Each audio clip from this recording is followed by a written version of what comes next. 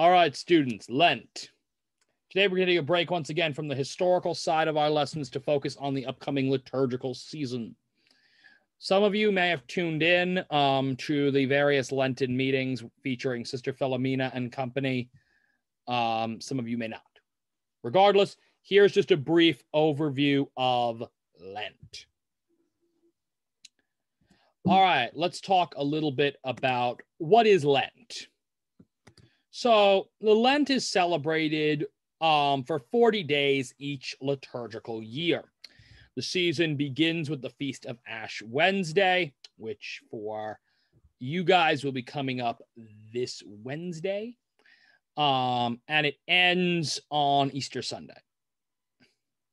Now, Catholics usually celebrate Lent in a few crucial ways. There is abstinence, fasting, giving up / resolving to do things, and confessions. We're going to talk about each of these in turn. All right. So Ash Wednesday. So Ash Wednesday is the commencement of the season of Lent. This is when Lent starts, when we commence doing our Lent.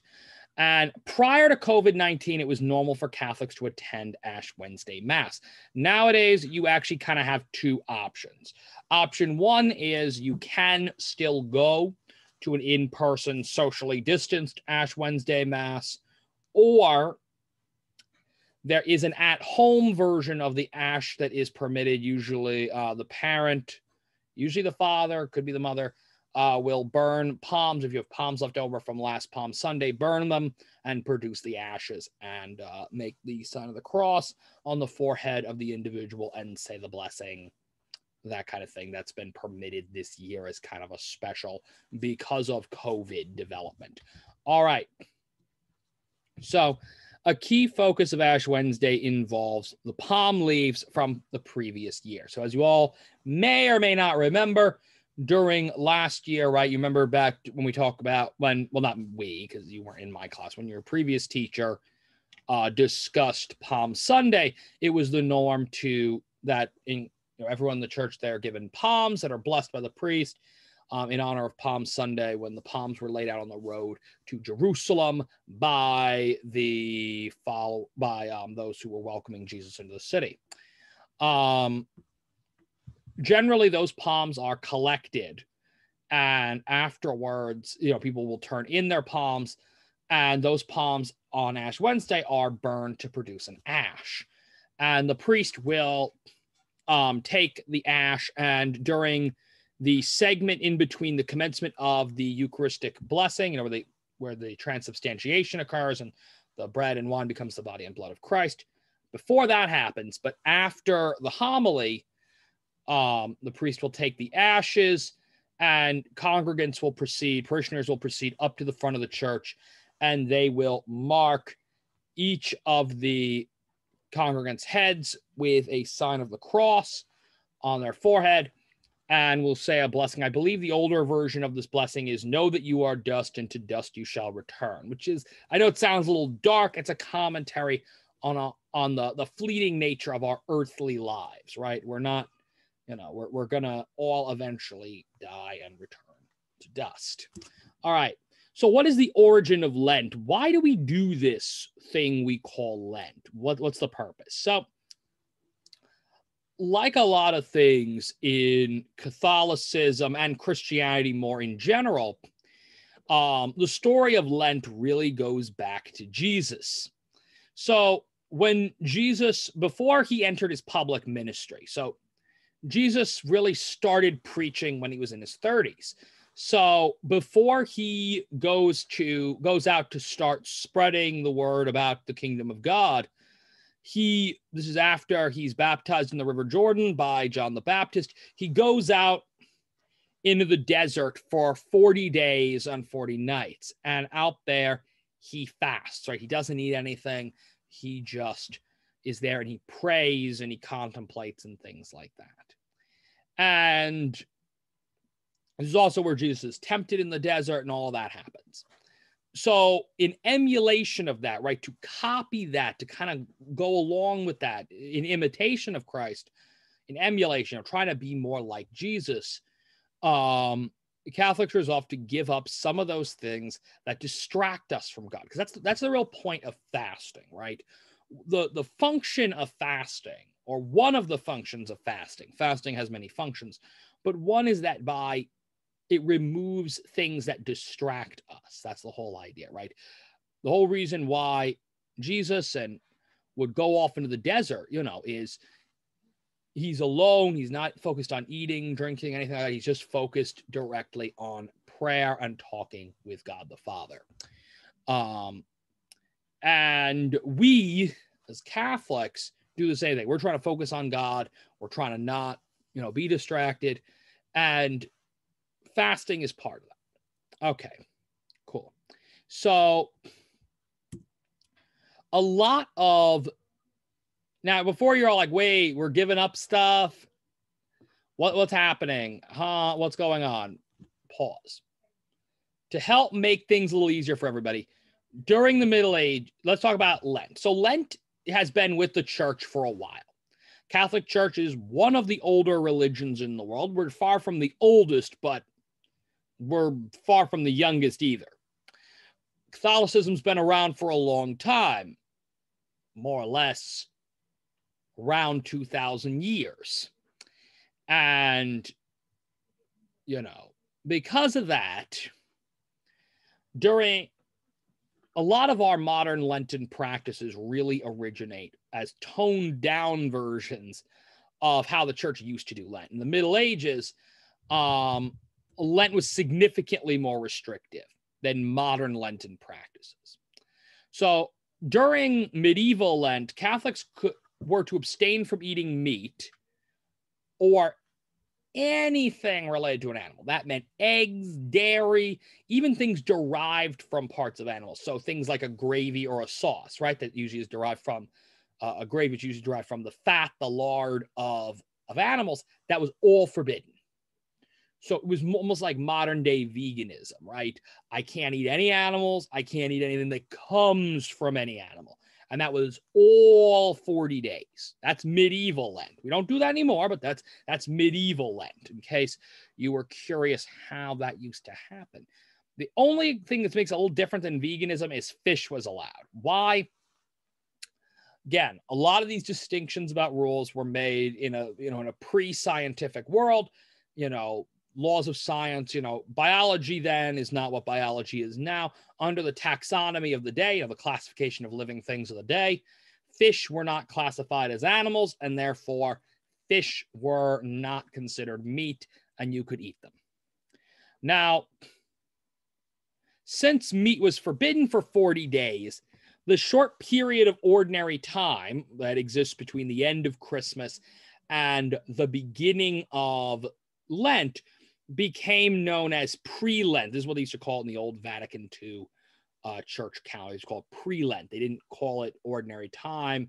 They called it pre-Lent. We don't call it that anymore. But this period in the Middle Ages was a time of great revelry and frivolity. A big reason was people would enjoy those things they knew they wouldn't be able to have for 40 days. And also from a practical standpoint, since there really was no refrigeration, your options were you either preserved your meat by salting it or smoking it, or you had to eat it, or else it was going to go bad.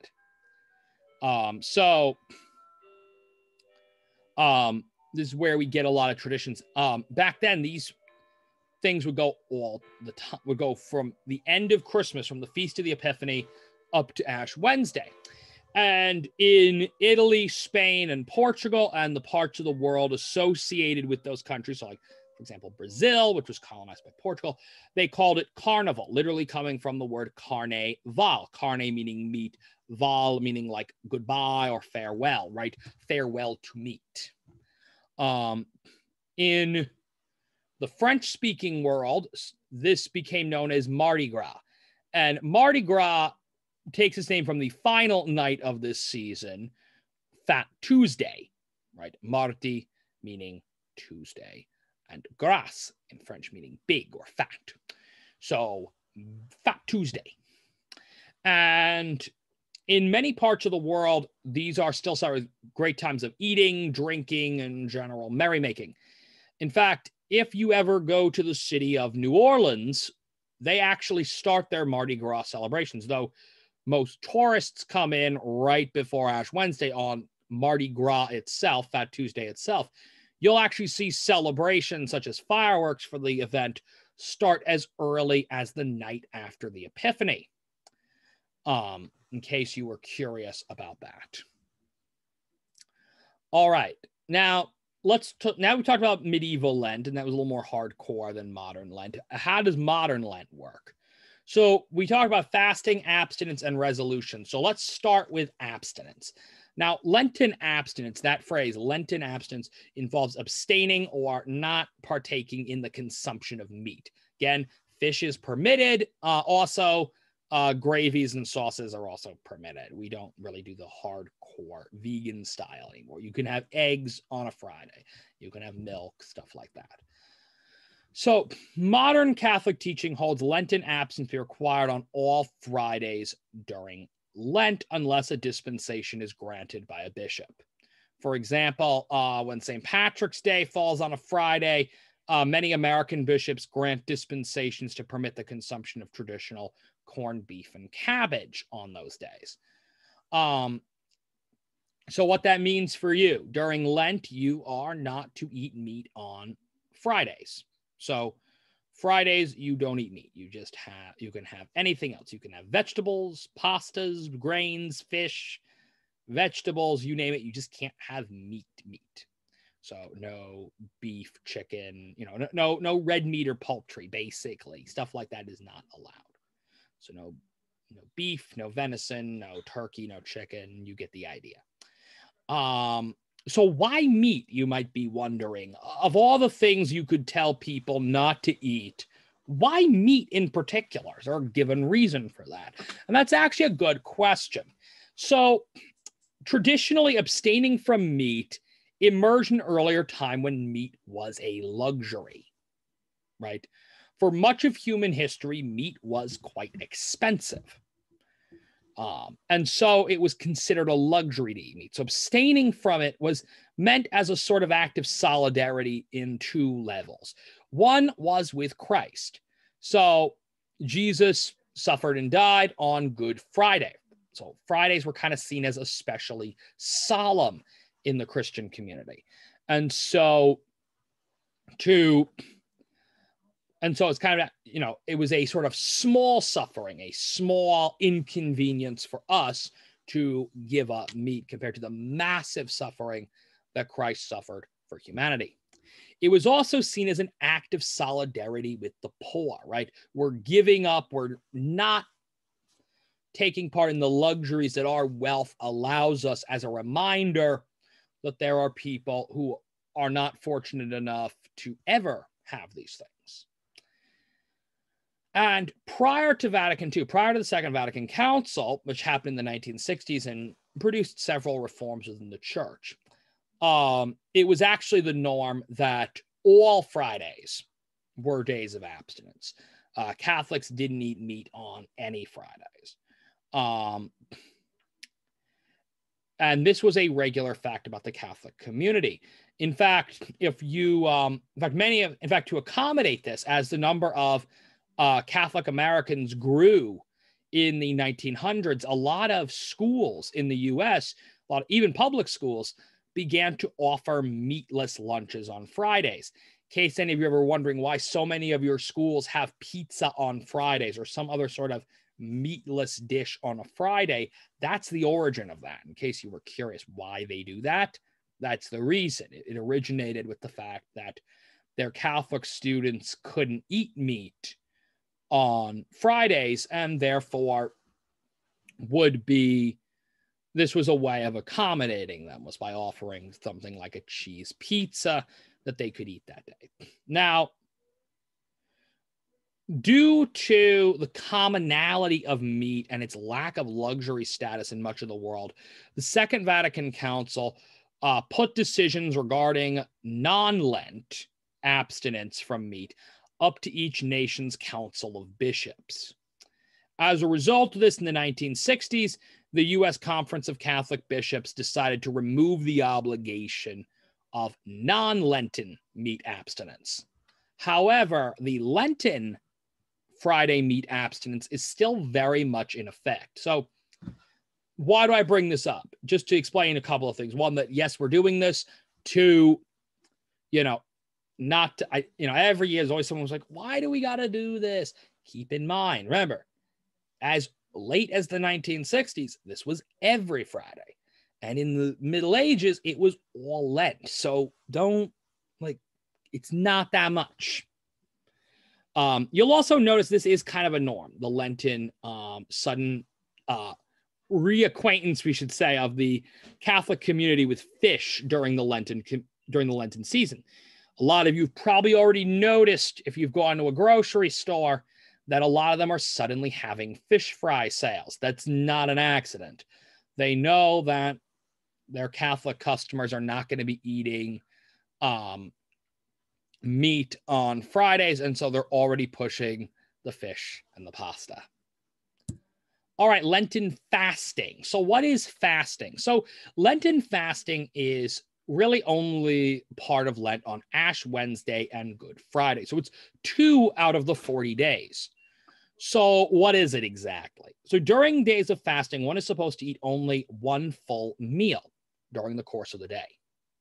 Now, 2 smaller meals, think like a snack kind of a thing, are permitted in order to maintain bodily strength, right? So we get it, right? Some people have very active professions, right? If you're someone picking crops, or you're a construction laborer or something like that, you may need to have a little extra food during the middle of the day. We get that. However, the total of these 2 smaller meals, these 2 snacks, if you will, is not to exceed the total volume of the full meal. Now, this only applies on 2 days out of Lent, Ash Wednesday and Good Friday. Now, some traditions do hold that Good Friday's meal ought to be soup, but that's more of a traditional thing. You're not obligated to do that. You can if you want to.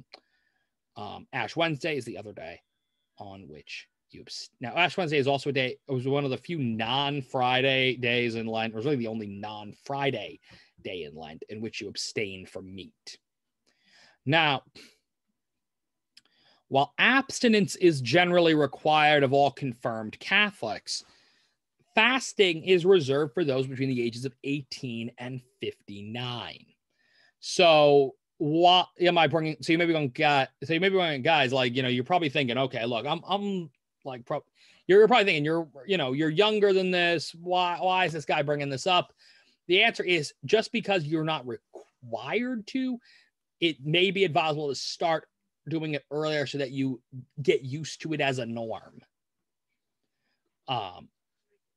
Now, finally, moment of pause. You may be wondering, why is it that 18 to 59 is the age is required? The answer has a lot to do with bodily strength. That before that, you have a lot of people that are still growing, so we don't want to deprive them of food. After 59, a lot of people are elderly, and we don't want to leave them any more at risk. In a similar vein, individuals with certain health issues may also be exempted. So, for example, especially people with things such as diabetes, that may require regular blood sugar levels, or certain other gastrointestinal issues that may require a more frequent diet, may require them to eat more frequently or more regularly. If that's the case, it's fine. The goal of this is not to make anybody ill. All right, Lenten resolutions. All right, let me first start by saying this really isn't the preferred name for it. Most catechists, most priests don't really like you to call them Lenten resolutions. And the big reason is that it sounds too similar to New Year's resolutions. New Year's resolutions are really more about you. They're more about something you want to accomplish. These are really more about trying to bring you closer to God and make you a better person. So while there is some admitted overlap in some cases between New Year's resolutions and Lenten, what we choose to do during Lent, they're not the same thing. Now, I simply use this as a longer term, as kind of a short catchphrase at the beginning, because calling it deciding to do something or deciding to not do something for Lent is a bit of a long thing to put as a title for a slide. Okay, so this is something that either Catholics resolve to do or give up during Lent. So traditionally, Catholics would give up sweets. This used to be kind of the default, the norm was to give up sweets, candy and cookies during Lent. Pastries as well, usually. So candies, cookies, and pastries were something people wouldn't have. So basically desserts. That you wouldn't eat desserts during Lent. This is also part of the reason why candy became a common festivity at Easter. You went 40 days without being able to have anything sweet, any kind of sweets. And so therefore it was, a welcome, occasion to have a holiday with all this candy at the end of the 40 days of fast. In case you're ever curious how the resurrection of Jesus and chocolate got intertwined, that's how that happened. Okay. This also is the origin of something you've probably seen on occasion, hot cross buns, a sort of Lenten fruitcake that was a common dessert substitute during Lent, since it was seasoned mostly with raisins and citron and things like that. It didn't really count as a full dessert, and so people tended to have them. Now, during Lent, Catholics may resolve to give up something we enjoy in order to better focus on God and or make us a better person. This can be a food. A lot of Catholics will resolve to give up food. Some will still give up sweets like cookies or candy. Some may choose instead to give up certain carbs, pastas, potatoes, breads, things like that. Fatty foods, they may resolve something like that. Other times it's a pastime we may choose to give up. Video games, sports, computers, social media, use of the cell phone, things like that people might give up instead. Or vices, right? Things you really shouldn't have been doing anyway, but you're going to take a more that you kind of do, and you're going to make a more conscious effort to not do them, swearing, being intentionally mean to siblings, things like that, or things you might resolve to not do in order to bring you closer to God, to, improve yourself as a person.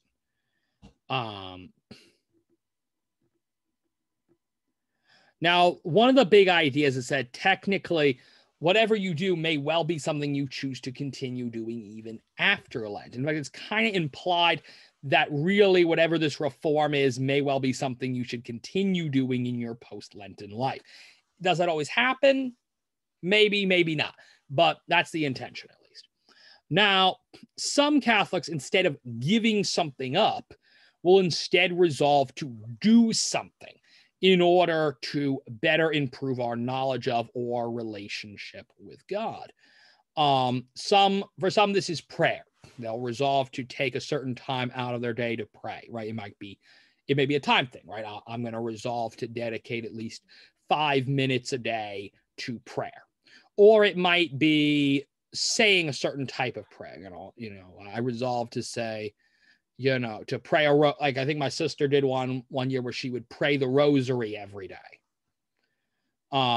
It might be scripture reading, right? You might choose instead to read the Bible as or a certain, well, not the whole Bible. The Bible can be quite large. You might resolve to read pieces out of the Bible, right? So you might say, I'm going to read from one of the Gospels, or I'm going to read from, the book of Genesis or book of Kings or something like that, right? You may choose to undertake something like that. Others will resolve to do some sort of charity work, right? They're going to volunteer at a soup kitchen or at a nursing home or something like that. Or do something with that daily. Like every day I'm going to show up at, the nursing home and help out with the elderly, or every day I'll show up to an after-school program where I read to small kids or something like that you might decide to do. What you choose to do during Lent is largely up to you. You can choose to share it with others. In fact, some cases I would recommend it only because it can help make it easier, right? For example, if you've resolved to give up, I don't know, you resolve to give up eating pasta, that might be a good thing to let whoever's doing the grocery shopping know before they, buy a whole bunch of spaghetti because it's on sale, or something like that, or if you've resolved that you're gonna, that you're gonna do some kind of charity work, you're gonna go to an after school program where you read to, read to small kids, good. Just let someone know in case they got to be the person that drives you there or something like that, So just letting you know. All right. Lenten spirituality. How do things maybe change spiritually during Lent? Well, during Lent, the church is physically transformed, right? It becomes a little more bare, and purple returns as the color of vestments and decorations of the altar, right? We focus a little more, we go back to more of a, where there is color, it's purple. We return to that. So we're back out in purple. Confession is seen as a major component of Lent, and a lot of Catholics will make more regular confessions during Lent, or if you're kind of on I do it once a year kind of Lenten kind of schedule, a lot of Catholics will choose, if they didn't have their at least one yearly confession during Advent, they may decide to do it during Lent. One of the biggest things we'll notice is that the hymn Glory to God in the Highest is not played during Lent. We don't sing those kind of songs or hymns. Another major event that happens almost every Lent is the Stations of the Cross. So what are Stations of the Cross? Stations of the Cross are, and depending on your church, it may vary. In some, these are plaques or paintings scattered around the church. In larger churches, they may actually take the form of full freestanding statues. And these depict the final moments of Jesus as he is condemned to die on the cross, carries the cross to Mount Calvary, is crucified, and is ultimately laid in the tomb. It's a rather somber memory. And during Lent, many Catholics will attend special services. I say services because it's usually not a mass. There isn't any communion involved. Venerating a progression through the stations. I can't say what the current policy is. I know prior to the COVID shutdown, the norm used to be at a lot of churches, St. Joseph's in particular, the norm was that you would have the priest would carry the Eucharist before him in what's called and he would have that, a large golden monstrance, and he would put that in there, and you could see the Eucharist was kind of, you had a little flap in the back, you put it in, you could see it behind glass. It was a large golden, you've probably seen it before, like a golden halo that he would carry it on. And there would be 3 altar servers, one carrying the cross and the other 2 carrying candles, and they would stand before each station, and there would be a cantor would kind of lead everyone in prayer and hymns around the progression. I'm not sure if that's happening this year, but that used to be the norm. That's what I mean by a progression. All right, so I hope that helped you kind of get ready for Lent. Lent begins shortly, so thank you all. And otherwise, please do enjoy the rest of your week.